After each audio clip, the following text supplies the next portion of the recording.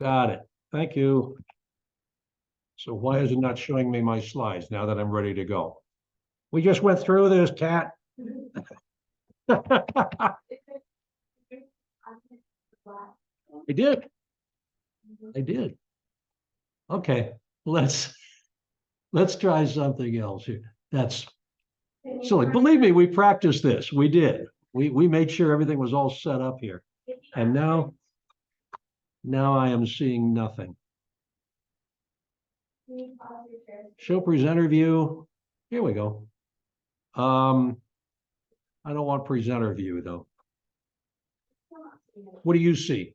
Nothing. You see nothing. Can you try to your screen and restart it? Pause my share screen. New share. Got it. Stop share. And then share screen. And slides. Okay. Why did it do that? That's so weird. Good evening. Sorry about that. No, I lost it again. Got it. All right. We're ready. I am Joe Lex. I am a retired professor of emergency medicine from Temple University, and I've been a tour guide here for the last few years. One of the things I do in retirement. That is my email down at the bottom. I will show it again at the end of the slideshow, just as I will show this QR code at the end of the slideshow. The QR code will take you directly to All Bones Considered, which is the podcast that I do for Laurel Hill Cemetery, and Biographical Bites from Bala. Now, a lot of the people I talk about tonight already have a podcast. So what you're getting tonight is a truncated version of a biography with a lot of pictures. ABC stands for All Bones Considered, Laurel Hill Stories. BBB stands for Biographical Bites from Bala, Laurel Hill West Stories. The people that I'm talking about tonight are at Laurel Hill West. This is an app you can download on your own, and you don't have to be here walking to enjoy this app. This is a really well done app, and it'll walk you through about 24, well, let's see, how many people? All of these people are on the app. This is slide number 1. This is a free app. You can use it when you come to the cemetery. You can just listen when you're driving around. I'm not going to talk about any of these people tonight. I try to avoid these people when I give tours because they're on the app and the app is so good. This is where we are tonight. I am actually sitting here at Laurel Hill Cemetery because we couldn't get this to work from my office. That is James Tom on the right with the dove on his head. He is the sculptor of Old Mortality. These are the 10 people I'm going to talk about tonight. Chevalier Jackson, MD, John Carbutt, Elizabeth Head Fetter, Joseph Beam, Henry Gordon Thunder, great name, Henrietta Cousins, Theodore Presser, Larry Ferrari, Cecilia Bow, and Charlotte Drake Cardeza. They are all buried at Laurel Hill West. We are going to start with Dr. Chevalier Quixote Jackson, great name. He is buried in the Ashland section here, not far from the conservatory, about midway between the conservatory and the Kidwood Heritage Trail. This is a man who you may have encountered if you went to the Mutter Museum, and on the lower level, under the stairs, there is a set of drawers. And if you open those drawers, there are little tiny things in there like jacks and pins and safety pins. Those are all things that were retrieved from the larynx and the trachea and the esophagus by this guy, Chevalier Quixote Jackson. The collection is magnificent. He was born in Pittsburgh in 1865, family French with that name, Chevalier. He grew up speaking both English and French, and he attended Western University of Pennsylvania, which is what it looked like back then. Now it's University of Pittsburgh. He took up woodworking and painting of glassware, and he developed his fine motor skills that way. And he also developed patience. His younger brother also became an MD. If you think Chevalier Quixote Jackson is a good name, his brother was Charles Byzantine Jackson. He got his MD from Jefferson, and he studied under this guy. This is Charles Eucharist de Medici Séjoux, the last of the Belgian branch of the de Medici family. I've done a podcast on him also. It's the same podcast that Jackson is in. They just happen to end up in the same podcast. And what he became most interested in is recovering foreign bodies before they led to permanent damage. If you leave a foreign body stuck in the trachea or in the esophagus, eventually it will erode, it will perforate, it will lead to infection, and eventually it leads to death. He went to England and he studied laryngology under this guy, Morel Mackenzie, who is considered the best laryngologist in the world at the time. He was disappointed with the tools that he saw this guy using. This guy is purportedly the world's expert, and he thought he had lousy tools. So he came back to Pitt, and he looked at what we had at that time. This is before electric lights. So you needed some source of light to go to the mirror on your head and then reflect that mirror to the back of the patient's throat while you're holding their tongue down, or reflect it to another mirror that's at an angle in the back of the throat. He figured there had to be a way you could see the larynx directly. Well, what Mackenzie had done is he had studied sword swallowers. And he realized that if you put the head and the neck in a certain position, it gave you a straight shot down to the trachea. So Jackson decided to develop his own tools. This is a very familiar drawing to me. This is what, I was an ER doc for many, many years. And when you teach airway management, this is what you teach people. Position is everything. You have to have the head in the right position. But you see, if you put that head in what's called the sniffing position, you get a straight shot when you look through the mouth down to the cords. And that's what he was trying to accomplish. This is a fancy bronchoscope that has, this is obviously more contemporary, that has suction attached to it and it has a light to it. He did not get his own lights until 1880s. He was using deferred light. He made many of his own tools. He had his own workshop at his house outside of Philadelphia. And he worked on the tools until they were perfect, until they were what he wanted them to be. This is a sample of some of the alligator forceps that he developed for grasping. Depending on what the foreign body was, would depend on which of the alligator forceps that he was going to use. Here he is in action, trying to retrieve something. Some more instruments that he came up with and some of the foreign bodies that he pulled out of people. Once he had incandescent bulbs, it gave him a much better view of things. He never patented any of his instruments, and others started to use them, and they started hurting people and even killing people, perforations, infections, bleeding, death. And Jackson was horrified. He pulled all of the instruments off the market. I mean, he just let people buy them, or let people make them and buy them. And he told the manufacturers, do not sell anymore until I teach these people how to use these. So he came up with various methods of teaching people how to use these instruments. This hideous looking thing is Michelle the Choking Doll, who's currently in the Mutter Museum collection. Michelle was sort of an early Resusci Annie. If you've ever taken basic life support, you've used a Resusci Annie. Michelle was what they used to teach people how to deal with a choking patient. Here is Michelle on the lap of one of his assistants, and he is demonstrating how to get into the trachea, especially of a child. When he started teaching people how to use these, they started on cadavers. Once he felt they were adequately trained on cadavers, they moved to dogs. Then they moved to adult patients and finally moved to children because the biggest problem with retained foreign bodies was almost always in children.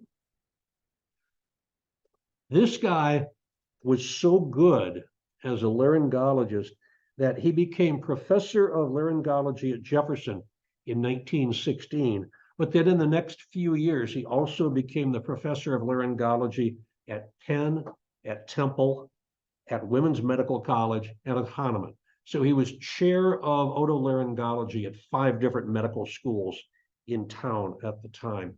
And this drawer, which is a sample of what you'll see at the Mutter, is only a small number of the foreign bodies he retrieved.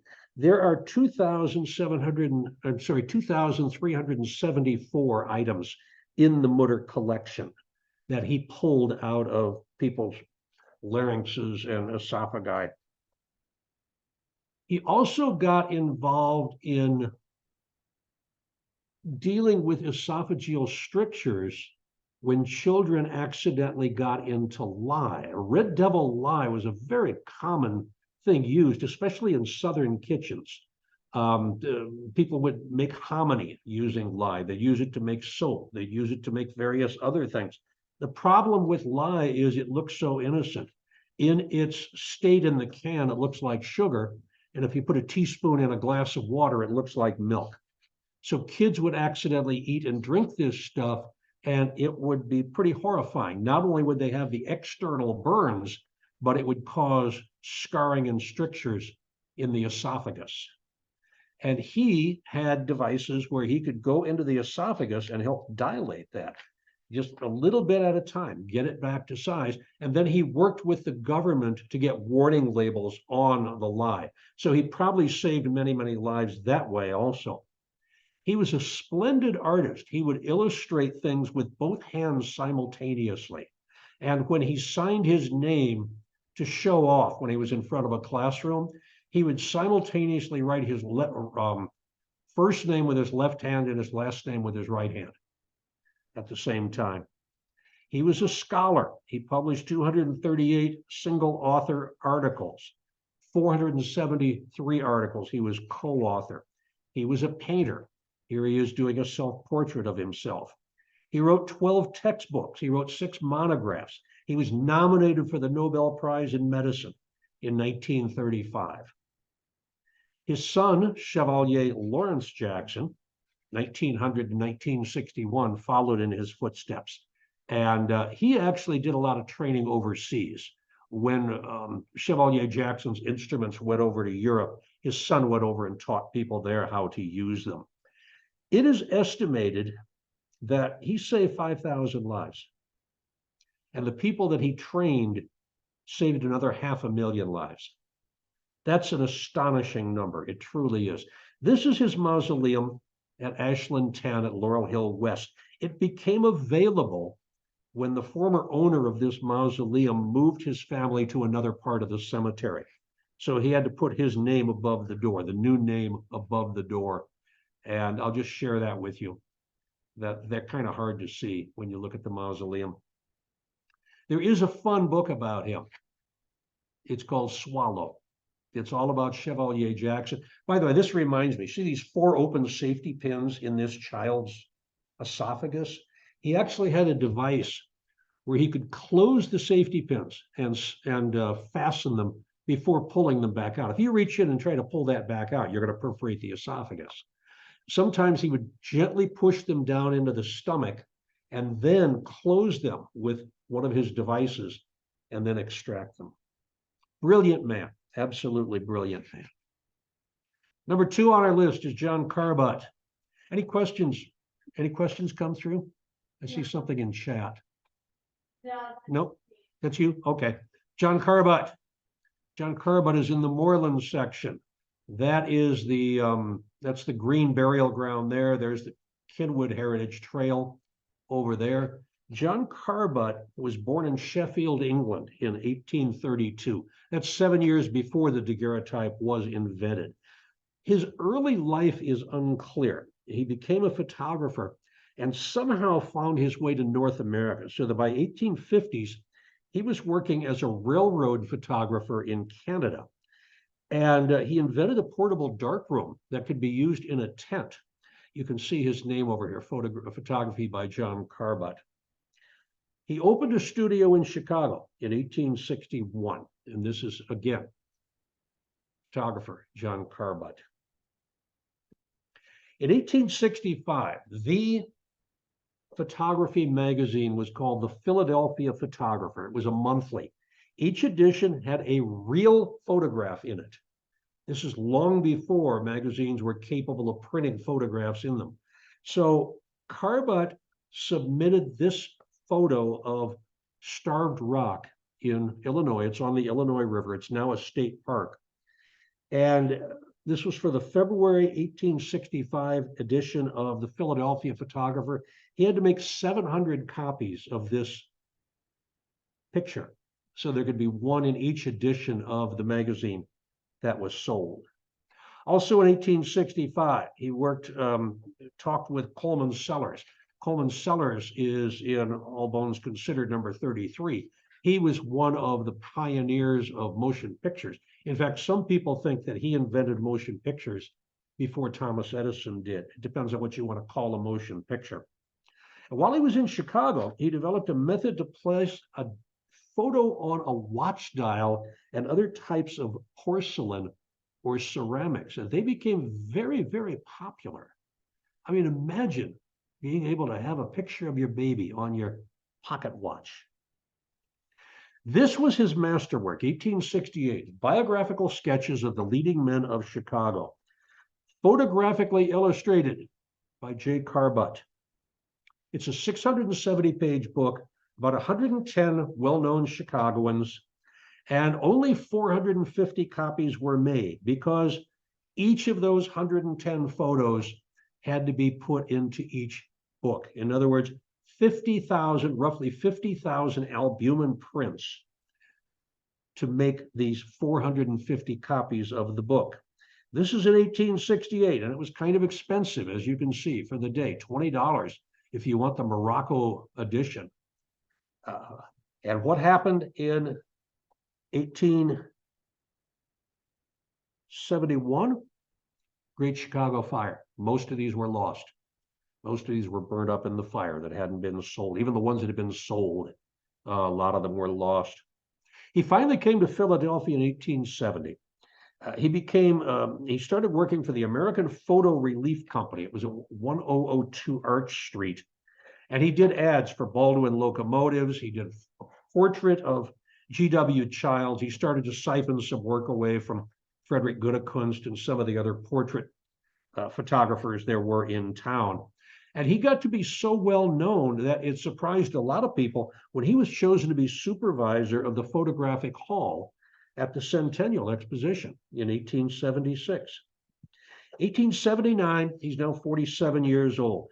He is the first person to successfully make dry photographic plates in America. 10-inch by 8-inch, $4.50 a dozen.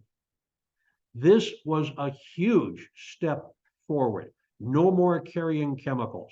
You could just take a dry plate and you could make a photo imprint from it. This little device here in front of him, that is called the multum in parvo lantern. That means much in little. It was kerosene driven.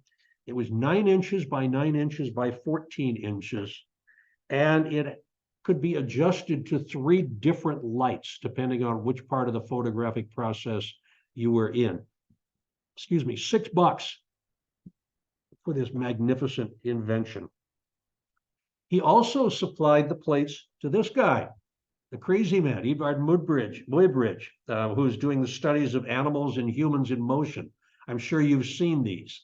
The film that Muybridge used came from Carbutt's shop. April 1884, he purchased this lot in Wayne Junction. He opened the Keystone Dry Plate Works, 2 stories, a basement, 18,000 square feet of shop. And he kept expanding. 1886, he introduced orthochromatic dry plates that were sensitive only to blue and green light, So now you could process your negatives in red light, and you could process your prints in red light, which people had not been able to do before. They were pretty much operating in the dark. Then his next step was to get a block of celluloid and to slice it into thin layers and make them into dry plates. This colorized version here is on celluloid. The big advantage of this is 24 5x8 flexible films, celluloid films weighed a half pound compared to 7 pounds for the same size of dry plates, the glass dry plates. He started selling this. This is the Genie hand camera. It's preloaded with either 12 glass or 24 celluloid plates. This predated the Kodak Brownie by at least 10 years. Less than 2 months after hearing about William Röntgen's discovery of X-rays, which took more than an hour to capture. When Röntgen did that first X-ray of his own hand, he had to leave his hand there for about an hour for it to capture. Fortunately, the baby only got about 4 minutes of exposure, but still, that's a lot of exposure for a baby. But he was 63 years old now. He developed dry plates for X-rays, which could be exposed in 20 minutes, and he kept working on it. And over the next couple of years, he had his exposure times down to between 5 and 30 seconds, which at the time they didn't realize the damage that X-rays could do, but that probably saved a lot of people from developing problems from X-rays. Alas, oh, and one more thing he did. When people figured out how to make large prints out of small negatives, it was Carbutt who decided that the size of celluloid film should be 35 millimeters. So if you've ever had a 35 millimeter camera or seen a movie that was in 35 millimeter, that's because of Carbutt. He's the one who decided on that. He died in 1905. He had a mysterious large neck growth that contributed to his debility. It was probably from his exposure to X-ray, probably a form of lymphoma. And astonishingly, this man is in an unmarked grave. I have searched this area thoroughly. I've done probing into the ground with my hiking pole. I can find nothing.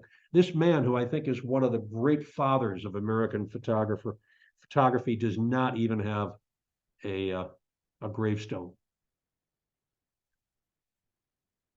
Next up, Elizabeth Head Fetter, also known as Hannah Lees. She is buried on a steep hillside, and it's behind the Milne family plot.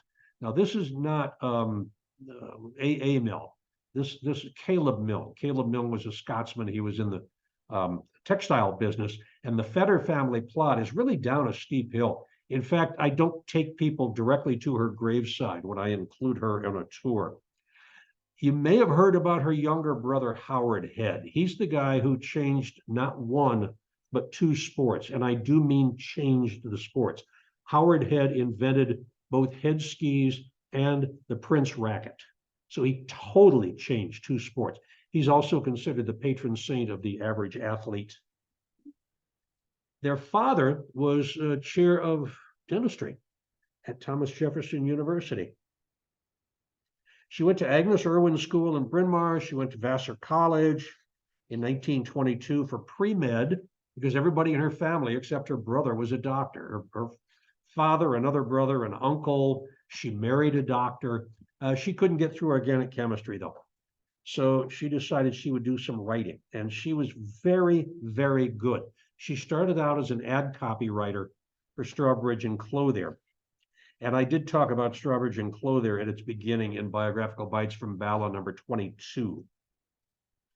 She was a good writer. Her work started to get published, especially magazine articles.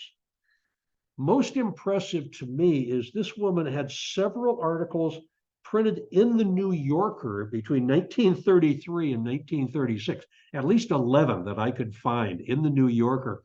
And that is the sweet spot for the New Yorker. That's when Alexander Woollcott and Dorothy Parker and all of these other amazing writers were writing for the New Yorker, and she was right up there with them. Her last article for the New Yorker was, oops, oh, there it is, was in the 1940, this is 1940, where's the date? 14 December 1940. And you'll notice it's right next to an ad for Glenn Miller, who's appearing at the Hotel Pennsylvania, whose phone number you know, Pennsylvania 65000, and it's now being torn down even as we speak. The Pennsylvania Hotel, the largest hotel in the world, is being disassembled in the middle of New York City. She also wrote medical articles for Collier's. She never lost her interest in medicine. I mean, some terrific articles. There's one called 2 Million Tightrope Walkers about people with diabetes. And she explains, I mean, this is only, what, 8 years after Banton and Best discovered insulin. So she's explaining how people with type 1 diabetes used to die and now how they're saved because of insulin. She wrote an article called Block That Blood Clot. The Surgeon Follows the Bombs. Farewell to Benzodrine Vendors. Many, many more. Her bombshell article was this one. This is the health magazine of the American Medical Association. This is Hygeia. And the title of this article is The Word You Can't Say. This is a 5-page write-up. It's 4 years before the blockbusting Sexual Behavior in the Human Male by Alfred Kinsey. And it adopted a very matter-of-fact attitude about the word you can't say, which is masturbation. She said that people had been self-censoring. This is a startlingly progressive article. I have a PDF of it, which is where I got this. But just sort of, this is 1944, when people thought masturbation could lead to blindness, it could lead to insanity, all sorts of things. And she just matter of factly says, everybody does it, get over it. Don't threaten your kids if you find them doing it. It's really a progressive article for 1944. She wrote some cheap novels. Woman Doctor was what year? 1939, Women Will Be Doctors. And then she wrote Prescription for Murder, a hospital murder mystery. It was in 1941. 1943 novel called Death in the Doll's House was made into a 1950 film noir called Shadow on the Wall. It starred Ann Sothern, Zachary Scott, and in her first featured role, this young lady, who later, of course, became Nancy Reagan. That's Nancy Davis, whose father, of course, was a neurosurgeon and a president of the American Medical Association. Her most controversial work, by far, Till the Boys Come Home, 1944. There's a character in this, Sophie, never been seen in American literature, the sexualized war wife. Critics tore into the immorality of the lead character, Sophie. While her husband is serving overseas, she meets her own needs, first of all by masturbating, then by having 2 heterosexual affairs and 1 homosexual affair. This is 1944 that she's writing this. I think what bothered the critics most was there was no indication that Sophie would ever be punished for her transgressions.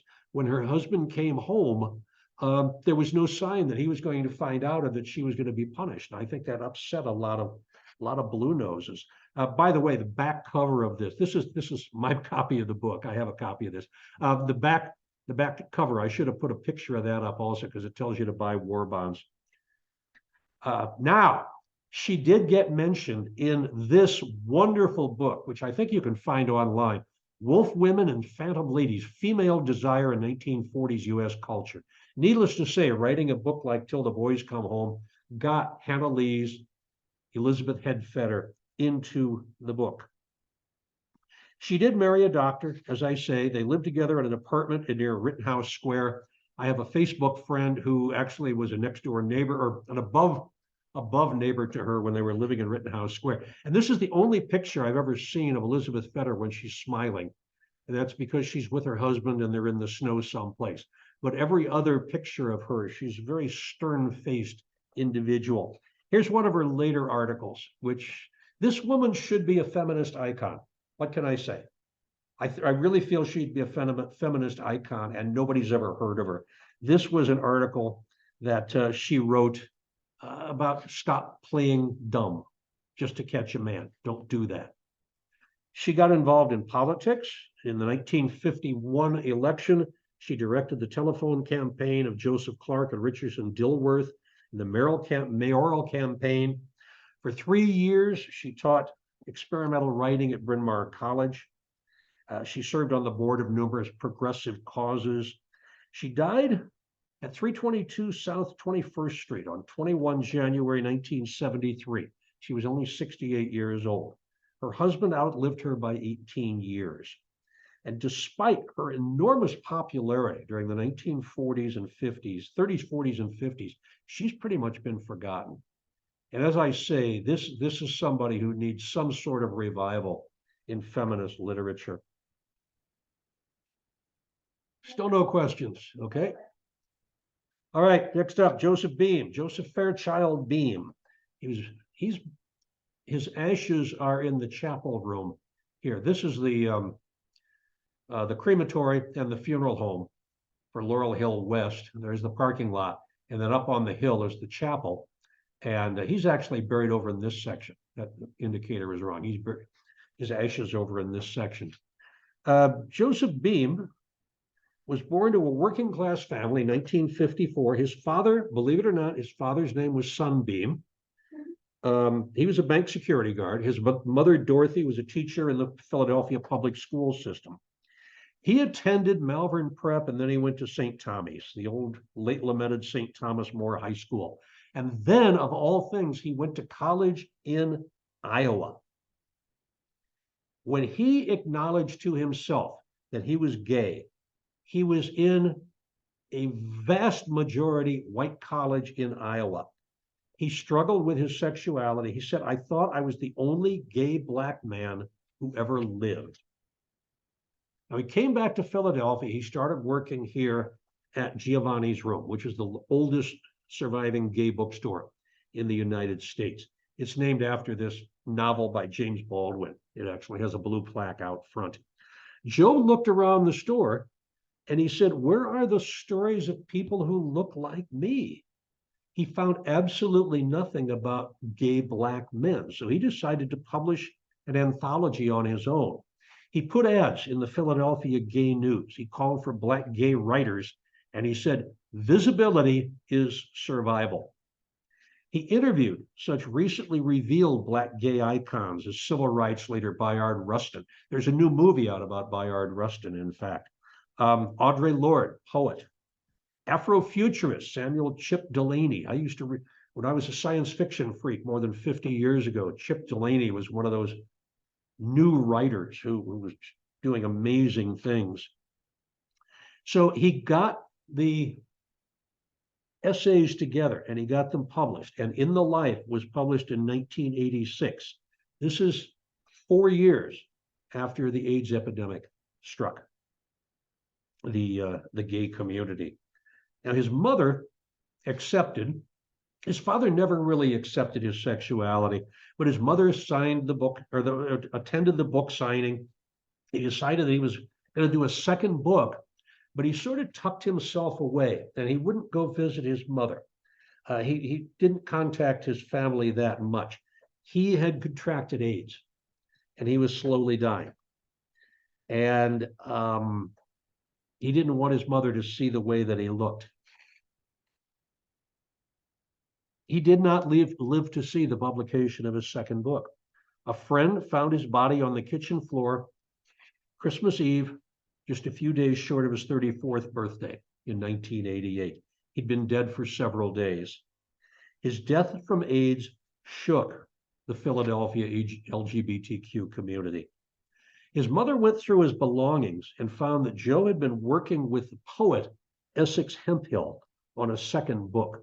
So she invited Hemphill to finish the book and gave him all the notes. And then Hemphill actually lived with the Beams for a couple of years while he was working on the book. And the book did finally come out in 1991. Brother to Brother, New Writings by Black Gay Men, chronicled the lives of Black gay men living at the height of the AIDS epidemic. And then Essex Hemphill died of AIDS also. He is remembered. Brother, BEAM, Black Emotional and Mental Health. The organization actually takes its name from Joe Beam. I don't know what year this was, but they had a big fundraiser and celebration at the Hudson Theater in New York a couple of years ago. The Hudson is where Sondheim is playing right now. Merrily We Roll Along. And the organization gives awards to Black gay men living with HIV and AIDS. And he is still remembered. There are his ashes next to his father, son Fairchild Beam, and Joseph Fairchild Beam. An even better name than Chevalier Quixote Jackson is Henry Gordon Thunder. Still don't see any questions. Okay. He is in the Forney family plot. He's actually not that far from the Fetter family plot. Fetters are about here, and Henry Gordon Thunder is here. I'm not going to go into who John Forney was. I'll just mention that he's the only person who's ever been both clerk of the U.S. Congress and secretary of the U.S. Senate, and is the reason that Andrew Jackson showed up drunk for his inauguration on March 4th of 1865, because he was out drinking with Forney the night before. Anyway, I'll tell you why he is there. The Thunder family, that's a great last name. That is his real last name. Thunder family is from Ireland. His father was an organist and a choir director. Junior followed in his footsteps, and he was the organist at Church of St. James, Catholic Church of St. James, 38th and Chestnut Street.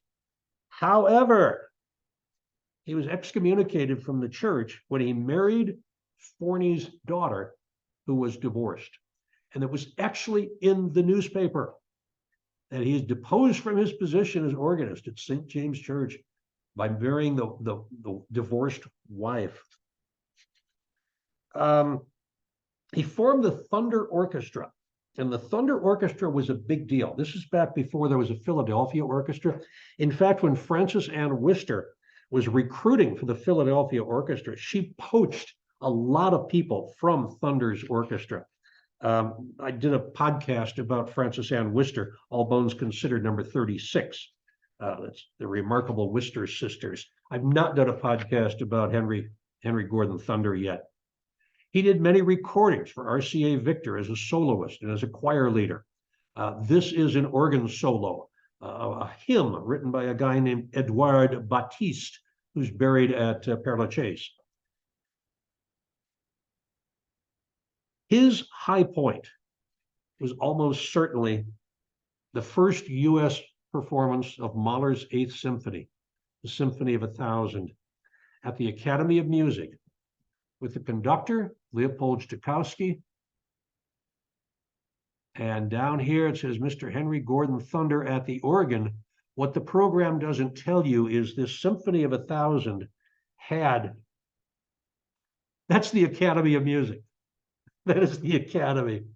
They had an orchestra of 110, a choir, 2 adult choirs of 400 each, plus a children's choir of 50.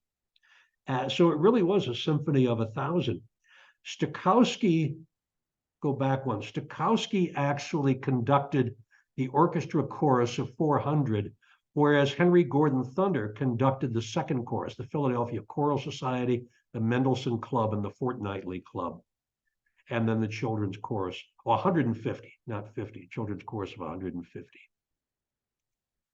But that, they put an extension on the front of the stage at the Academy, and they really had more than 1,100 people on that stage. This is the main singers. There's Stokowski, there's Thunder, and there are the 8 soloists.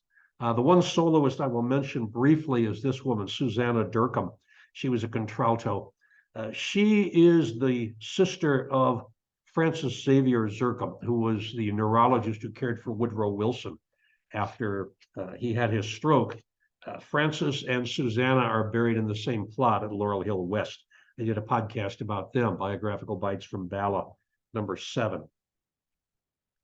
Henry Gordon Thunder received many honors. When he was 65, he was given an honorary Doctor of Music degree from the University of Pennsylvania.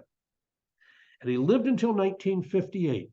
He died of a heart attack when he was 92 years old. He has, this is his death certificate, shows he died of a heart attack. He does not have a stone either. He's mentioned on his wife's stone. And you'll notice the musical staff, but there is no stone for Henry Gordon Thunder, although his name is on this small stone. And you have to know where to look because it's tilted backwards. You literally have to stand over the top of this to get a good picture of it.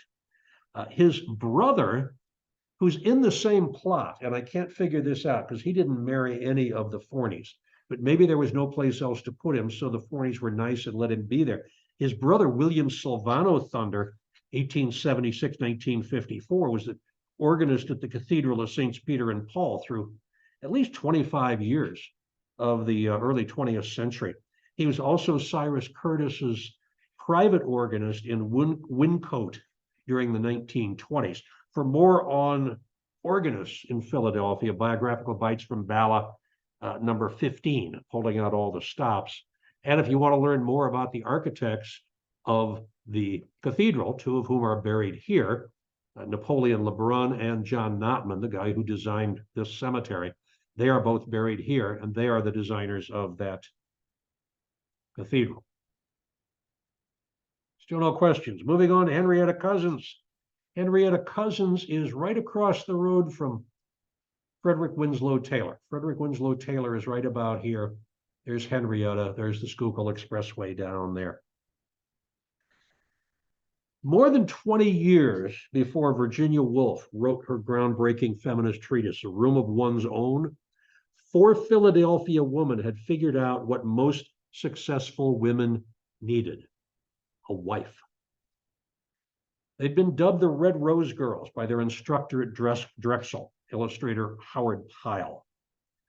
Elizabeth Shippen Green, Violet Oakley, Jessie Wilcox Smith became 3 of the top illustrators in the country by living together, critiquing each other's projects, promoting each other professionally, even exhibiting as a group. And the household was cared for by their darling little Hetty, Henrietta Cousins. She was a mutual friend who had minimal interest in art, but whom they loved fiercely. They treated her as an equal. Her full name, Henrietta Cousins. She did the housework. She paid the bills. She tended the garden. She arranged for the meals. She was their wife. They lived together for several years at a studio in Villanova that was called the Red Rose Inn, and that's where they got their name, the Red Rose Girls. When they lost the lease at the Red Rose Inn, they moved to a house in Mount Airy. They named after themselves. They were calling themselves a family now. They called themselves the Coggs family, for Cousins, Oakley, Green, and Smith. And this house was called Coggsley. Jessie Wilcox Smith was probably, well, she may have been the most successful of the 3. Depends on your definition of successful. She specialized in illustrations of angelic children, and her work is still popular a century later. You can go to Amazon right now and you can order a 2024 calendar that features just Jessie Wilcox Smith illustrations. Never had a child herself, never married. In fact, she and Henrietta were a couple for the last several years of their lives, living together. Elizabeth Shippen Green got a contract with Harper's Magazine to design their covers, and she did them for 23 years.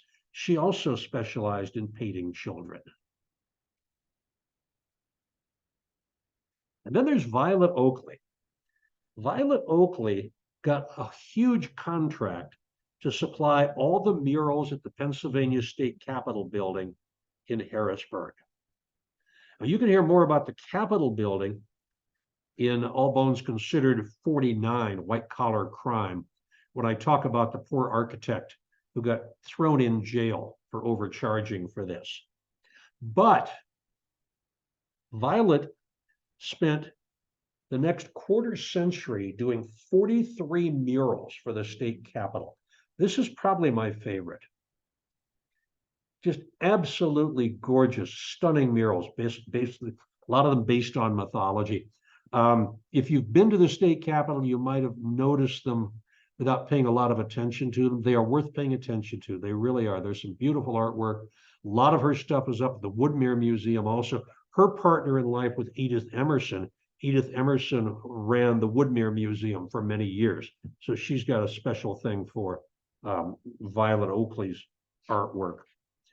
Henrietta and Jesse became a couple, and then Jesse got the contract for cover art for Good Housekeeping, and she did every cover for Good Housekeeping for 16 years.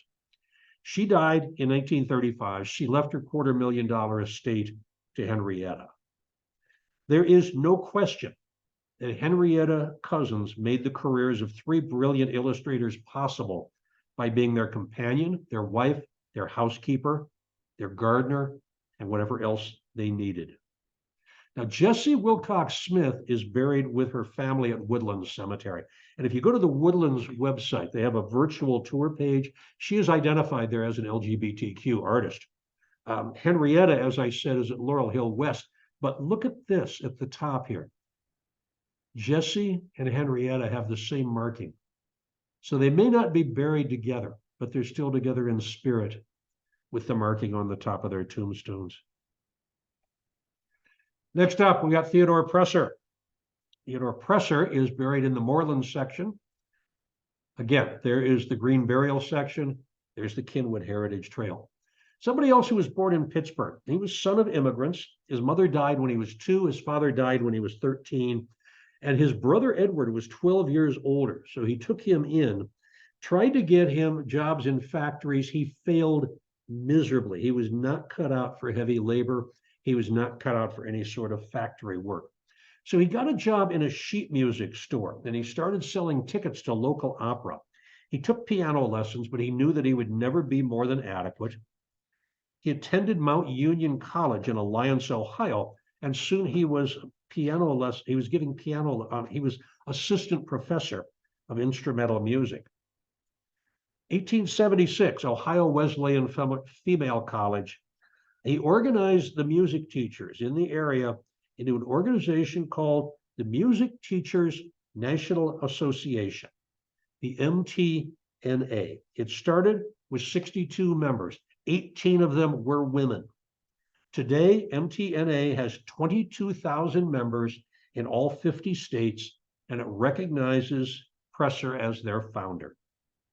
In 1878, he got some money from his stepmother, who loved him dearly, and he went to Germany to study at Leipzig at the conservatory there. But as a player, he never really got much better than average. And despite the fact that his instructors loved his tenacity, they flat out told him, you're never going to be good enough to be a concert pianist. And while he was in Leipzig, he got to meet Edvard Grieg, he got to meet Johannes Brahms, and then he came back stateside in 1880, and he was working at the Hollins Institute near Roanoke, Virginia.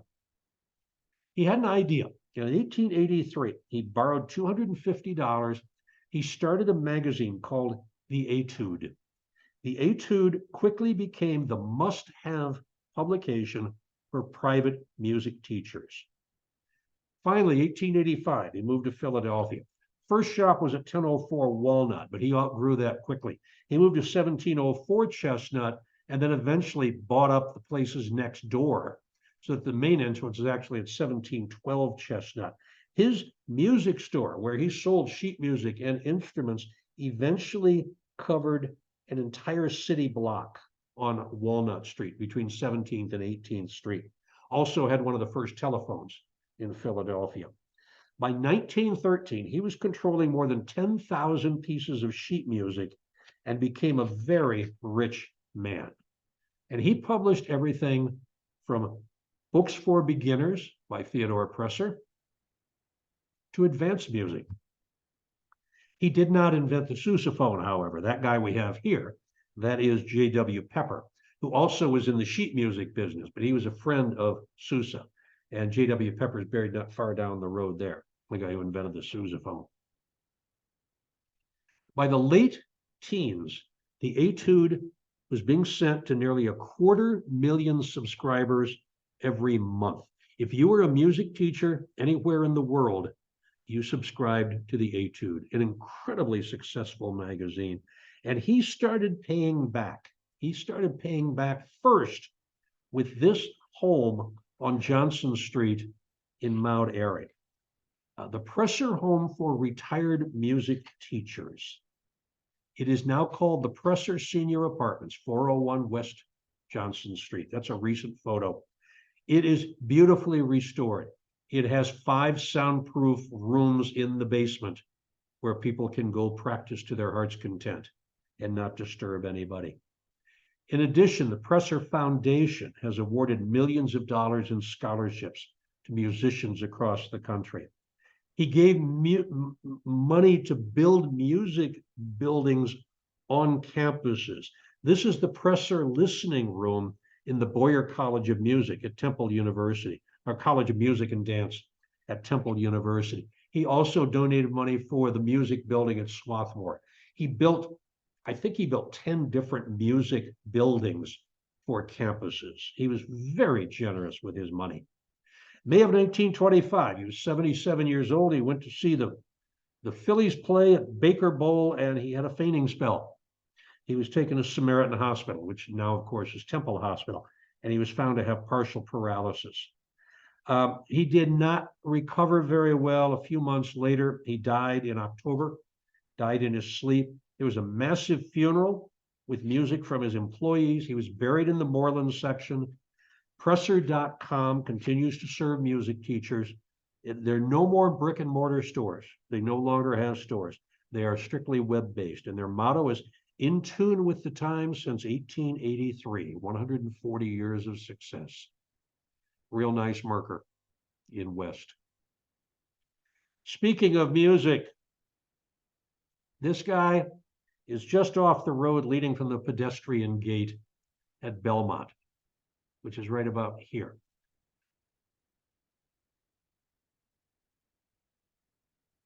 Larry Ferrari, the man with the golden fingers and the untiring smile. You will never see a photo of Larry Ferrari without this smile. He was born in Boston as Lazarus Ferrari, Lazarus Louis Ferrari. Went to a Catholic school. The nun said, change your name, make it more American. So he chose Larry. He was drafted. He was sent to Fort Devens, Massachusetts. And the first day there, he earned a weekend pass because he was able to fill in on piano at an on-bass club. He was pretty much self-taught. And people there at Fort Devens said, go to Fort Dix. At Fort Dix, there are organs all over the place. And he actually managed to get transferred to Fort Dix after basic training to be an organ player. He was frequently on the Armed Forces radio show, Talent Patrol. It was on WFIL TV. It was hosted by Arlene Francis. You might recognize her from the early days of television. He also backed up a talent show that was hosted by Ed Sullivan. In 1957, he actually traveled with Lawrence Welk for 2 weeks.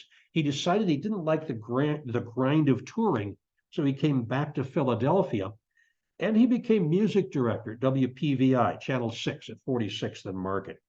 He supplied the music for Captain Noah and his Magic Ark, and he got his own show on Sunday mornings, which he kept for more than 25 years. 1975, he was being recognized nationally. There's this article in Theater Organ magazine from February of 1975. 1976, he did an interview, and I don't know if this interview would fly these days. It starts out by saying, well, you can read it too. Says, oh, you'll find him just a very boring person, flutters Larry Ferrari, the TV organist, who keeps his hot pink shirt and flamingo tie under cover of a brown plaid suit. Pollock continues, Larry Ferrari reminds me of Tiny Tim, sans tulips, trills, or frills. All sweetness and light, he oozes gooey phrases like, I was really delighted, and a real blessing in disguise, and it turned out beautifully for me. She says, alas, our conversation pushes me precariously close to glucose intolerance. Now, when Larry was not practicing his organ, he could be found on his ham radio, communicating with people all over the world. He was WA2MKI. He only let people know that he was involved in television, and he was a music director and organist. And every few years, there'd be another interview. As people grew curious about this man who lived with his mother, his widowed mother, and seemed to show absolutely no interest in romantic relationships. This is from another article. During open house gatherings, Columba Ferrari serves gifts in the downstairs music room, which Larry Ferrari decorated. Over the brown crushed velvet sectional sofa hang framed album covers of Ferrari recordings made between 55 and 82. The music room is dominated by a traditional walnut Hammond Elegante organ that is the heart of the Ferrari household. He spent more than 25 years playing every Sunday morning on local television, where his audience, I believe, was mostly grandmas and maybe people who fell in front of the TV the night before and woke up to it.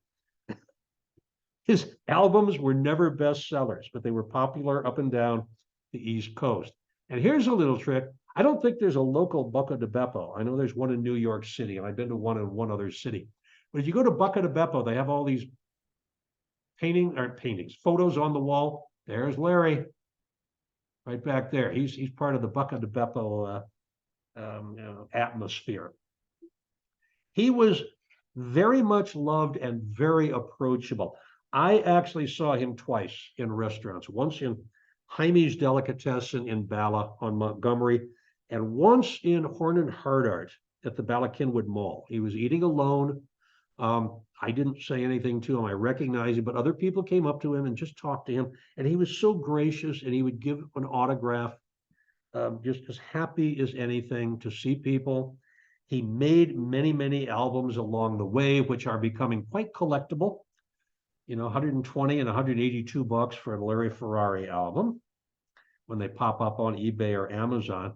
And one fan, and I have to recommend this, even made him the topic of a Hitler meme. Look for Hitler finds out that Larry Ferrari concert may be canceled on YouTube. It is hysterical. Larry's mother, Columba, died in March 1989. In November 1987, Larry died of leukemia. His last television program had been pre-recorded and played 10 days after his death. He had been on television for 43 years when he died. 3 years after his death, he was elected to the Philadelphia Broadcast Hall of Fame. Same year that Pat Shiraki and Harry Callis were inducted, the year after Trudy Haynes, and the year before Captain Noah. You got time? I got two more.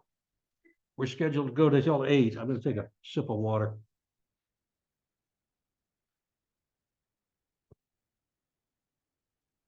Okay. Cecilia Beau is buried in what I have to think is the richest plot, not as far as money, but as far as people in Laurel Hill West, Summit 673. I'll explain as we go along. There's the conservatory. That's straight back from the conservatory. There is the Betts Mausoleum right there. Eliza Cecilia Beau. She was born to silk merchant Jean-Adolphe Beau and his wife, Cecilia Levitt Beau. And her mother died in childbirth. About 12 days later, she died of complications. This totally threw her father off. He was a silk merchant. He dropped, she's buried in South here at Laurel Hill East.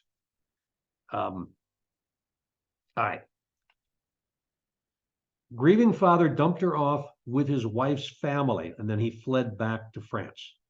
Now, Cecilia was called Lily, and her older sister, Amy Ernesta, who went by Etta, were raised by a very strong grandmother and 2 incredible aunts. They were all very well educated. They were all socially adept. The family exposed the girls to all forms of the art. They grew up in a nice-sized, comfortable house in West Philadelphia, 4305 Spruce Street. She went by Lily. She did not go by Cecilia. Her father did not want anybody to call her Cecilia because Cecilia was the name of his wife who had died. So Lily took lessons from Catherine Ann Drinker, 1841 to 1922, who was a distant relative who was 14 years her senior. I couldn't find a picture of Catherine, but this is one of her pieces of art.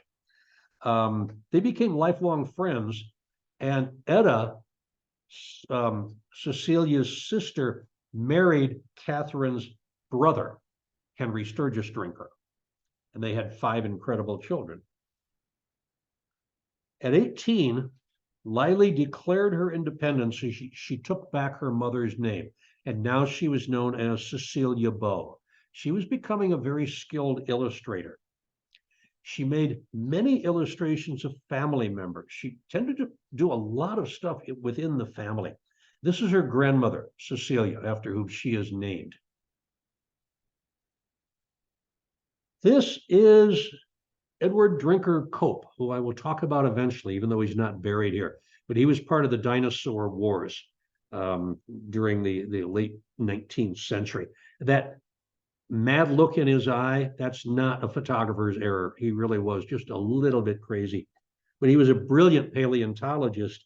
Well, let's put it this way. He thought he was a brilliant paleontologist, but once he put the head on the wrong end of a skeleton, but that's a whole different story.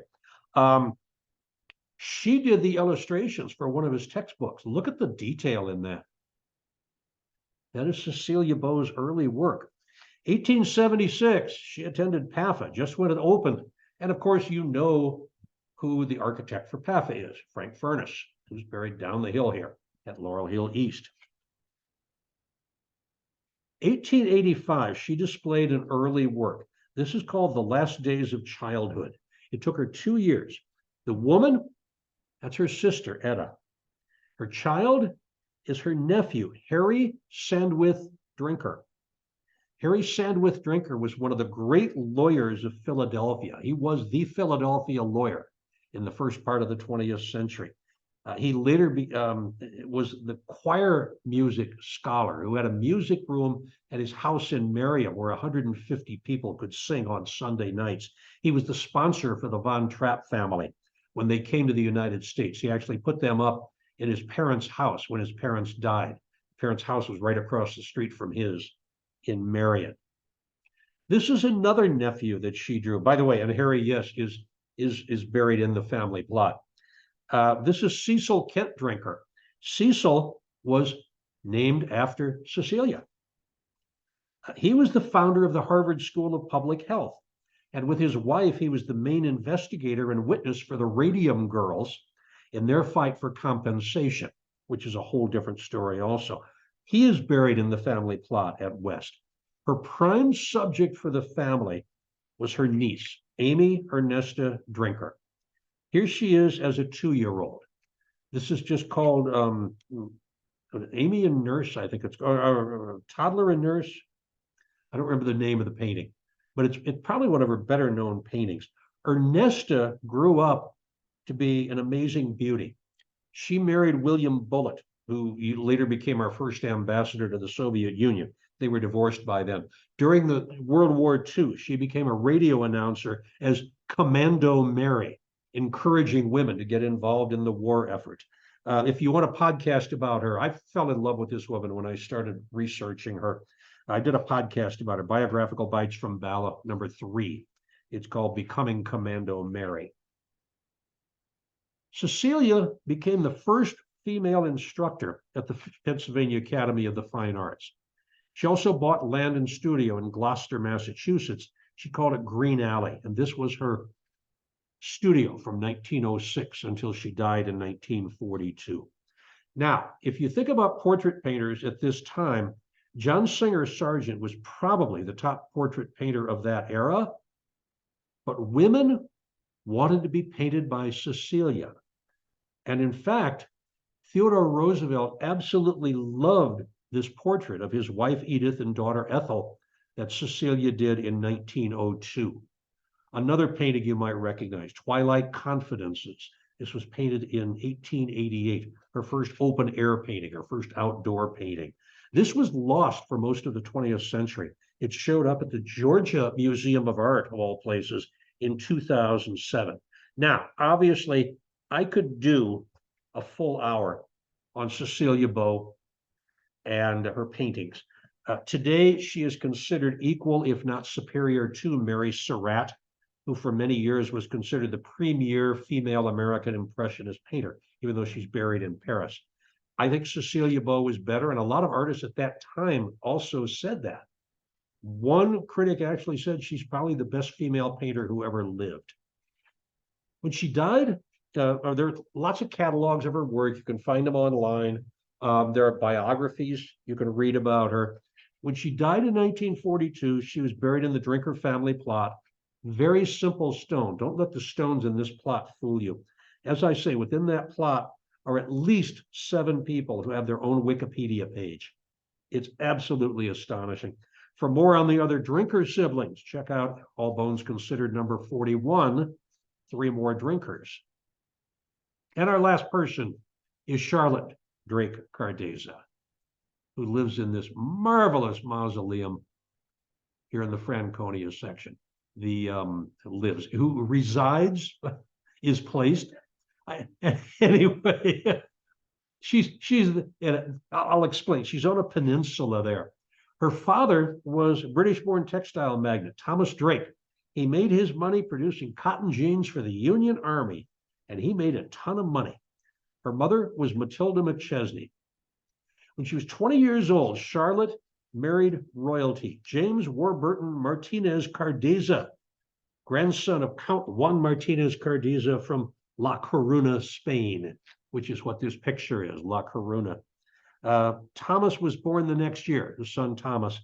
Charlotte found out that her husband, James Warburton Martinez Cardeza, had a mistress and another child. And that was that. That marriage ended. She never remarried. She had a house on East Washington Lane in Germantown. It was called Montebello. There was a small zoo. There were free roaming elk. There were bison. She loved to travel. She bought this yacht. This is a steam-powered yacht called the Eleanor. It could accommodate 16 guests. It took a crew of about 30 to run this yacht. But she considered herself the skipper, and she sailed it around the world twice. She was the first woman to sail a steam-powered yacht around the world. She spent a lot of her time traveling. She became a big game hunter. They had a hunting lodge in Hungary that she would go to every year or two. And she was recognized as the best female big game hunter in the United States. However, she was snubbed by Philadelphia society, maybe because of the Hispanic nickname or the Hispanic surname, maybe because, who knows why. Society is very weird back then. She was extravagant, but she was very generous and superb fashion sense. This is one of her dresses. Despite the full face, despite the round face, she had a slender figure most of her life, and her wardrobe was always gorgeous. Clothing came from leading designers in New York, London, Paris. Locally, she preferred Lord & Taylor, Saks, B. Altman, and Wanamaker. 1912, she went to Europe. She opted not to take the yacht. She did lots of shopping in Paris and London. She rendezvoused with her son Thomas in Cherbourg for the trip home on the maiden voyage of the RMS Titanic. Now, Charlotte was accompanied by her maid, Annie Ward, 37. Thomas had his valet, Louis Lesueur. They had a first-class suite, B50, 152, 53. They paid $3,200 for this. It was a large room, fireplace, lavatories, servants' quarters, a trunk room. I will tell you why there was a trunk room, and a 50-foot enclosed promenade deck. Charlotte checked in with 14 trunks of clothing, hats, shoes, and jewelry, 4 suitcases, and 3 crates of just ordinary baggage. On the evening of the 14th, there was a card party on their promenade deck. And after the collision, Charlotte and the family all headed to the starboard side and lifeboat number 3. Charlotte demanded that her son and her servants join her. And they were all rescued by the Carpathia. If you ever see a movie or a play about the Titanic, there's usually one very loud, very bossy American woman telling everybody what to do. It's probably Charlotte. It's probably Charlotte that they're representing there. After the sinking, she wanted to get repaid for some of her clothing. So she submitted an inventory that was about 15 pages long. This is page 2. The inventory includes, get ready for this, she was traveling overseas with 84 pairs of gloves, 43 handkerchiefs, several dozen pairs of shoes and slippers, 4 fur coats, 2 stoles, all of it went down. Now, the nightgown that she was wearing that night, she gave to her servant, and was eventually auctioned off a couple of months ago. The advance price was $40,000 to $60,000 for the gown that she was wearing when the Titanic went down. I don't know what the final price was. Annie stayed with Charlotte the rest of her life. She is also buried at Laurel Hill West. She married the Irish gardener, William Moynihan. They're in the Montgomery section at 4. Charlotte had a large property here at Laurel Hill East. It was bought in 1874 by her father. And in 1924, she got into an argument with her neighbors at the mausoleum. She didn't like the way they were throwing dirty water on her property after they were cleaning up their mausoleum. She got into a shouting match with people. So she went across the river to West and she bought a piece of property that's on a peninsula, so nobody could have anything close to her. And then she surrounded the back of it with giant boulders. You can't see the boulders here. And then this mausoleum was disassembled, carried across the river, and reassembled in Laurel Hill West. It is Egyptian revival, as you can see, but it's Greek sphinxes. Remember, the Egyptian sphinxes are male. These are obviously female sphinxes. If you're looking for the snake, I spent a lot of time looking for the snakes. I figured there had to be snakes on an Egyptian revival. I found them. There's one. It's the door handle to the mausoleum. And I found the other 4, not up here, but above the door. 1, 2, 3, 4 snakes on either sides of the globes. Thomas Cardiza had married in 1899. He and his wife had a boy, but the boy died. The boy is in the mausoleum. No stained glass in this mausoleum, by the way. His wife, Mary, had some sort of a blood condition. I don't know whether she had a leukemia, a myeloma. I don't know what it was, but she went for all of her care to Jefferson, where Thomas actually was on the board of directors at Jefferson. His wife died. And when she died, Thomas took his endowment and he funded the Cardiza Foundation for Hematologic Research, and he named it after his mother. So I was a resident at Jefferson from 86 to 89 in emergency medicine. And we would see most of the sickle cell patients in town because they came to the blood clinic. They came to the Cardiza clinic. And so I knew that name for years before I knew who it was named for or even knew who Charlotte Cardiza was. They are all buried in that tomb, and I did not take that far enough back so you can see the boulders in back of that so nobody can build close to her. So that is what I had for 2023. That's the second one of these I've done this year. I kind of enjoy doing it, but I don't want to do more than 2 a year. They're a lot of work. For 2024, here you go. Ready for this?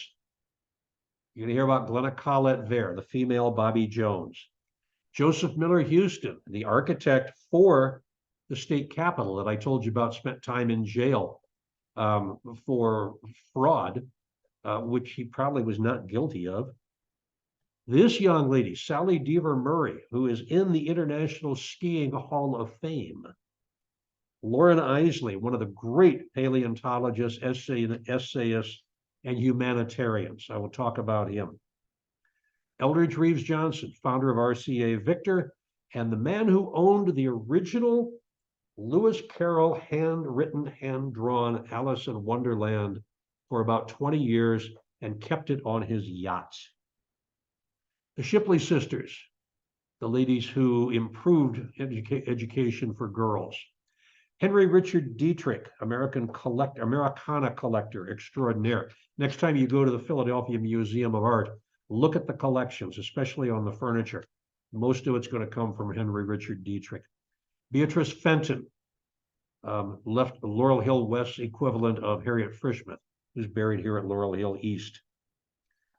William Wagner of the Wagner Free Institute, and Bushrod Washington James, ophthalmologist, philanthropist. So that's what you can expect when I do this next year. Again, there's my information. There's my email address. There it is. My website. Those are the two podcasts. And I'm about to give you the QR code. I'll give you time if you want to write down that email address. But there's the QR code, and that'll take you right to the place where you can listen to the podcast. Okay, an hour and 20 minutes, not too bad. Got to be some questions, got to be some comments. Nothing?